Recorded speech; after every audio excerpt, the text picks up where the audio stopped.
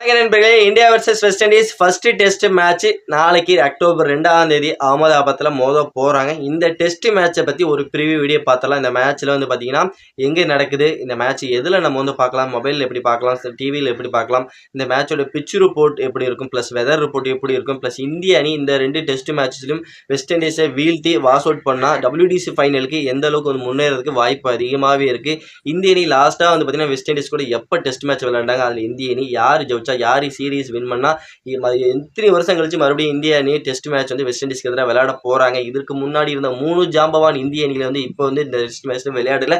Especially Virat Kohli, Rohit Sharma and Ashwin 3 பேர் இல்லாத இந்திய அணி எப்படி வந்து வெஸ்ட் இண்டீஸ் சமாளிக்க போறாங்க, எப்படி வலுவான இந்திய அணியை வந்து வெஸ்ட் இண்டீஸ் சமாளிக்க போறாங்க, அவங்களோட இந்தியாவோட ஹோம்ல வந்து விளையாடுறாங்க, இந்த மாதிரி பல கேள்விகளோட நம்ம வந்து இந்த ஒரு ப்ரிவியூ வீடியோ வந்து ஸ்டார்ட் பண்ண போறோம். இப்போதான் நீங்க வந்து ஃபர்ஸ்ட் டைம் நம்ம சேனலுக்கு வரீங்க அப்படின்னா மறக்காம நம்மளோட சந்துரு சிக்ஸர் யூடியூப் சேனலை சப்ஸ்கிரைப் பண்ணிக்கங்க. பக்கத்தில் பெல் பட்டன் இருக்கும், அதையும் கிளிக் பண்ணிக்கங்க. அப்பதான் நம்ம போடக்கூடிய வீடியோஸ் எல்லாமே பார்த்தீங்கன்னா உங்களுக்கு வந்து நோட்டிஃபிகேஷன் நண்பர்களே. மறக்காம நம்ம சேனல் லைக் பண்ணி ஷேர் பண்ணி உங்க சப்போர்ட்டையும் ஆதரவு கொடுத்தீங்கன்னா ரொம்ப யூஸ்ஃபுல்லா இருக்கு நண்பர்களே. வாங்க வீடியோவில் போயிடலாம். India versus west Indies first test match நாளைக்கு வந்து பார்த்தீங்கன்னா அக்டோபர் 2ஆம் தேதி அகமதாபாத்தில் இந்த மேட்ச் வந்து ஸ்டார்ட் ஆக போகுது. இந்த மேட்ச் வந்து பார்த்தீங்கன்னா காலையில் 9:30 மணிக்கு இந்த மேட்ச் ஸ்டார்ட் ஆகும். இந்த மேட்ச் வந்து எந்த சேனலில் நீங்கள் வந்து பார்க்கலாம், அந்த மேட்ச் வந்து நம்ம வந்து ஸ்டார் ஸ்போர்ட்ஸ் தமிழில் வந்து பார்க்கலாம். டிவியில் நீங்கள் வந்து பார்க்கணும் ஸ்டார் ஸ்போர்ட்ஸ் தமிழை. நீங்கள் வந்து மொபைலில் பார்க்கணும் அப்படின்னு நினைச்சிங்க அப்படின்னா ஜியோ சினிமாவில் மொபைலில் பார்த்து நீங்கள் வந்து தெரிஞ்சுக்கலாம். ஃப்ரீன்னு நினைக்கிறேன், ஃப்ரீயாகவே நீங்கள் வந்து பார்த்து தெரிஞ்சுக்கலாம். ஓகே ஃப்ரெண்ட்ஸ், ஓகே நம்ம இதை பார்க்கணும் தெரிஞ்சுட்டோம். இப்போ பிச் ரிப்போர்ட் எப்படி இருக்கும், வெதர் கண்டிஷன்லாம் எப்படி இருக்கும் அகமதாபாத்தை பொறுத்த வரைக்கும். பிச் ரிப்போர்ட் அப்படின்னா ஃபர்ஸ்ட் அதாவது அங்கே கொஞ்சம் கிரீனஸ் பிச்சாக தான் இருக்கும். பிச்சோட கண்டிஷன் வந்து கிரீனஸாக இருக்கும். முதல் நாள்லாம் பார்த்தீங்கன்னா ஃபர்ஸ்ட் டேலாம் வந்து பார்த்தீங்கன்னா நல்லா கொஞ்சம் ஃபாஸ்ட் பவுலருக்கு ஹெல்ப்புங்கிறது நல்லாவே இருக்கும். பேட்டிங்க்கும் நல்ல ஹெல்ப்புங்கிறது கிடைக்கும். பிச்சோட தன்மை 2வது நாள் 3வது நாள் அப்படின்ட்டு போக போக பிச்சோட தன்மை அப்படியே கண்டிஷன்ஸ் எல்லாமே மாறும். அதாவது சுழற் பந்து வீச்சாளர்களுக்கு கொஞ்சம் ஆதிக்கம் அதிகமாக செலுத்துவாங்க. அதனால பார்த்தீங்கன்னா வெதர் கண்டிஷனும் மழை வரதுக்கு வாய்ப்பு அதிகமாக இருக்கும் அப்படிங்கிறது சொல்லியிருக்கிறாங்க. மழை வரதுக்கு வாய்ப்பு இருக்குது. அது 3வது நாள் மழை கொஞ்சம் அதிகமாக வரதுக்கு வாய்ப்பு இருக்கும் மாதிரியும் சொல்லியிருக்காங்க அகமதாபாத்தை பொறுத்தவரைக்கும். இருந்தாலும் அகமதாபாத்தை பொறுத்த வரைக்கும் டாஸ் வின் பண்ற கேப்டன் வந்து ஃபர்ஸ்ட் பேட் பண்றது நல்லதா இல்ல பவுல் பண்றது நல்லதா அப்படின்னு என்ன வந்து கேட்டீங்கன்னா, என்ன பொறுத்த வரைக்கும் நான் வந்து டாஸ் வின் பண்ற கேப்டன் ஃபர்ஸ்ட் வந்து பேட் பண்றது தான் நல்லது அப்படின்னு நான் வந்து சொல்வேன். ஏன்னா பிச்சு கண்டிஷன் ஃபர்ஸ்ட் நல்ல பேட்டிங்க்கு நல்ல ஹெல்ப்புங்கிறது கிடைக்கும். போக போக நீங்க வந்து பாத்தீங்கன்னா வந்து ஸ்லோர் பந்து வீச்சாளருக்கு கொஞ்சம் ஆதிக்கம் சப்போர்ட்டுங்கிறது இருக்கனால நீங்க வந்து ஃபர்ஸ்ட் பேட்டிங் பிடிச்சி ஒரு 400 ரன்னுக்கு மேல ஃபர்ஸ்ட் இன்னிங்ஸ்ல பில்ட் பண்ணி ப்ரெஷரை வந்து பாத்தீங்கன்னா அவங்க ஃபர்ஸ்ட் பேட்டிங் செகண்ட் பேட்டிங் பிடிக்கிற டீம்ல கொடுத்தீங்கன்னா அவங்களால தாக்கு பிடிக்கிறது ரொம்ப கஷ்டம். பிளஸ் அதனால வந்து பார்த்தீங்கன்னா டாஸ் வின் பண்ற கேப்டன் முதல்ல பேட்டிங் பண்றதுக்கு தான் வாய்ப்பு அதிகமாகவே இருக்கு. அகமதாபாத் டெஸ்ட்டை பொறுத்த வரைக்கும் நல்ல ஒரு பேட்டிங் விக்கெட்டாகவும் இருக்கும் ஃபர்ஸ்ட்ல டே ஆரம்பிக்கும் போது. அதுக்கப்புறம் போக போக ஸ்பின்னர்களோட ஆதிக்கம் தான் அதிகமாக இருக்கும். ப்ளஸ் அதை வந்து எப்படி சமாளிக்க போறாங்கன்னு தான் தெரியல. வெஸ்ட் இண்டீஸ் என்ன பொறுத்த வரைக்கும் டாஸ் வின் பண்ணால் இந்தியா வந்து பார்த்தீங்கன்னா ஃபர்ஸ்ட் பேட் பண்ண தான் செய்வாங்க. அப்புறம் வந்து பார்த்தீங்கன்னா சுழற்பந்து வீச்சாளர்கள் அதாவது ரவீந்திர ஜடேஜா, அக்ஷர் பட்டேல், நம்மளோட குல்தீப் யாதவ், வாஷிங்டன் சுந்தர் இவங்கெல்லாம் பயன்படுத்தி வெஸ்ட் இண்டீஸை தும்சம் பண்ணுவாங்க அப்படிங்கிறது என்னோட கருத்து. உங்களோட கருத்தையும் சொல்லிடுங்க. அதனால எப்படி சமாளிக்க போறாங்க இந்திய சுழற்பந்து வீச்சாளர்களை வெஸ்ட் இண்டீஸ் எப்படி சமாளிக்க போறாங்க அப்படிங்கிறது நம்ம வந்து பொறுத்து வந்து பார்ப்போம்.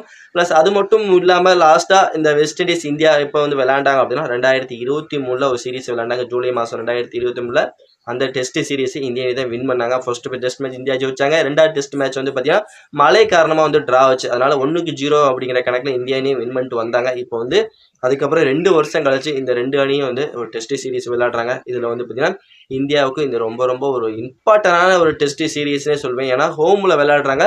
இந்திய அணி ஹோம்ல லாஸ்ட்டாக விளையாண்ட சீரீஸ் நீங்கள் எடுத்து பார்த்தீங்கன்னா நியூசிலாந்துக்கு எதிராக விளையாண்டோம். ரோஹித் சர்மா தலைமையிலான இந்திய கிரிக்கெட் விளையாண்டாங்க.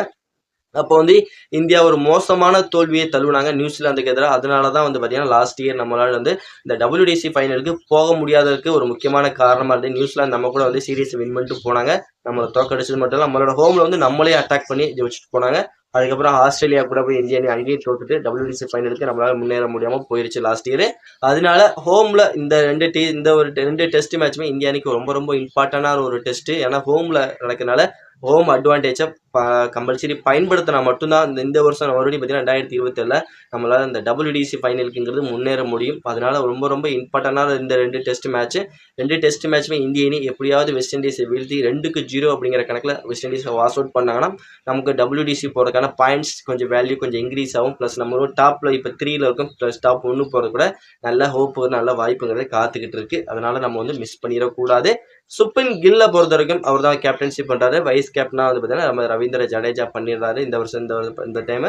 சுப்மன் கில் வந்து பார்த்தீங்கன்னா இந்த ஹோமில் வந்து இப்போ தான் ஃபர்ஸ்ட் டைம் வந்து டெஸ்ட் சீரிஸ் வந்து நம்மளோட வந்து கேப்டன்ஷிப் பண்ண போறாரு. இதுக்கு முன்னாடி லாஸ்ட்டாக வந்து இங்கிலாந்துக்கு எதிராக 5 டெஸ்ட் மேட்சஸில் விளாண்டு அங்கே வந்து லீட் பண்ணாரு.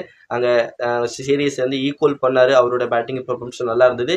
இந்திய அணியை வழிநடத்தின விதமும் நல்லா இருந்தது. ஒரு ஆக்ரோஷம் ப்ளஸ் பேட்டிங் எல்லாமே பார்த்தீங்கன்னா அவர்கிட்ட ஒரு தனித்துவத்தையே காமிச்சார் அந்த 5 டெஸ்ட் மேட்ச் சீரீஸில். அதே மாதிரி ஹோமில் அவர் முதல் முறையாக வந்து டெஸ்ட் கேப்டனாக வந்து பார்த்தீங்கன்னா லீட் பண்ண போகிறார் இந்திய அணியை. ப்ளஸ் அவர் வந்து இந்த இந்திய அணியை எந்த அளவு வழிநடத்த போகிறாங்கிறத நம்ம வந்து பொறுத்து வந்து பார்ப்போம். 2-0 அப்படிங்கிற கணக்கில் இந்திய அணியை வின் பண்ண வச்சார்னா இந்தியா WTC ஃபைனல் போகிறதுக்கு நல்ல ஹோப்புங்கிறது காத்துக்கிட்டே இருக்குது. மறந்துடக்கூடாது நண்பர்களே. ஓகே நண்பர்களே, இந்தியா வர்சஸ் வெஸ்ட் இண்டீஸ் இந்த டெஸ்ட் மேட்சஸில் யார் வெற்றி பெறக்க வாய்ப்பு அதிகமாகவே இருக்குது அப்படிங்கிறது தான் லாஸ்ட் நம்மளோட கருத்து.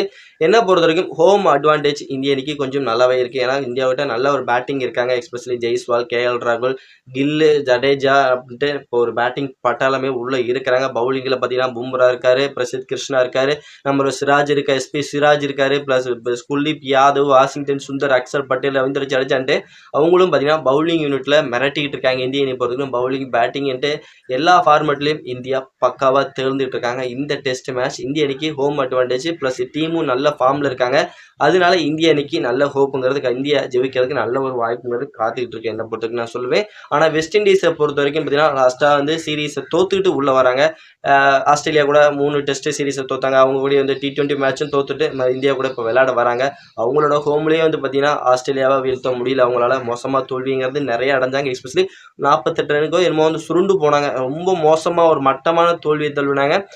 ஆனால் இந்த மாதிரி தோல்வியிலேருந்து வர வெஸ்ட் இண்டீஸ் அணி இந்திய அணிக்கு கிட்ட மறுபடியும் வாங்குவாங்களா, இல்லை இந்திய அணிக்கு ஏதாவது வித்தியாசமாக ஒரு சர்ப்ரைஸாக இந்திய அணிக்கு ஒரு மிரட்டல் பர்ஃபார்மன்ஸ் கொடுப்பாங்களா அப்படிங்கிறத பொறுத்து வந்து பார்ப்போம். ஆனால் வெஸ்ட் இண்டீஸ் டீமை பற்றி ஒரு விஷயம் நான் சொல்லியே ஆகணும். எதனால் அப்படின்னா வெஸ்ட் இண்டீஸ் மாதிரி அணியை ஒரு காலத்தில் ஓஹோன்னு வாழ்ந்த அணினே நான் வந்து சொல்லுவேன். ஏன்னா வெஸ்ட் இண்டீஸ் அப்படிப்பட்ட டீம். வேர்ல்டு கப்லாம் ஆரம்பித்த காலத்தில் இருந்து அந்த காலத்தில் நம்மளாம் பிறந்திருக்க கூட மாட்டோம். என்ன நான்லாம் பிறந்திருக்க கூட மாட்டேன். அப்போலாம் வந்து பார்த்தீங்கன்னா வெஸ்ட் இண்டீஸ் அந்த காலத்தில் விளையாண்ட காலத்தில் வேர்ல்டு கப் பயங்கரமாக வாங்கியிருக்காங்க. கண்டினியூ அவங்க வேர்ல்டு கப் வாங்கியிருக்காங்க. ப்ளஸ் அதுக்கப்புறம் பிரெயின் லாரா, கூப்பர் அப்படின்ட்டு அவங்களாம் இருந்த காலத்துலேயும் வந்து பார்த்தீங்கன்னா வெஸ்ட் இண்டீஸோட சும்மா வேறு லெவலாக இருந்தது. கிரீஸ், கேல், பிராவோ, புல்லட் அவங்க காலத்துலேயும் வந்து பார்த்தீங்கன்னா வெஸ்ட் இண்டீஸ் நல்ல தரமான டீமாக தான் இருந்தது. எப்போ அந்த T20 லீக்ஸ்னு ஒன்று வந்து உருவானுச்சோ அப்போவே வெஸ்ட் இண்டீஸ் டீமை வந்து டோட்டலாக கொலாப்ஸ் ஆனாங்க. ஏன்னா வெஸ்ட் இண்டீஸ் பிளேயர் எல்லாமே பார்த்தீங்கன்னா ஓவராலாக வேர்ல்டு லெவலில் பார்த்தீங்கன்னா எங்கே T20 லீக்ஸ் விளாண்டாலும் அங்கங்கே எல்லா இடத்துலையும் வந்து இருந்துக்கிட்டு தான் இருக்காங்க. அப்படி அவங்க பிரிஞ்சு போய் பார்த்தீங்கன்னா அவங்களோட இன்டர்நேஷ்னல் டீமுக்கு அவங்களோட பங்களிப்புங்கிறது கொடுக்க முடியாமல் போயிட்டாங்க.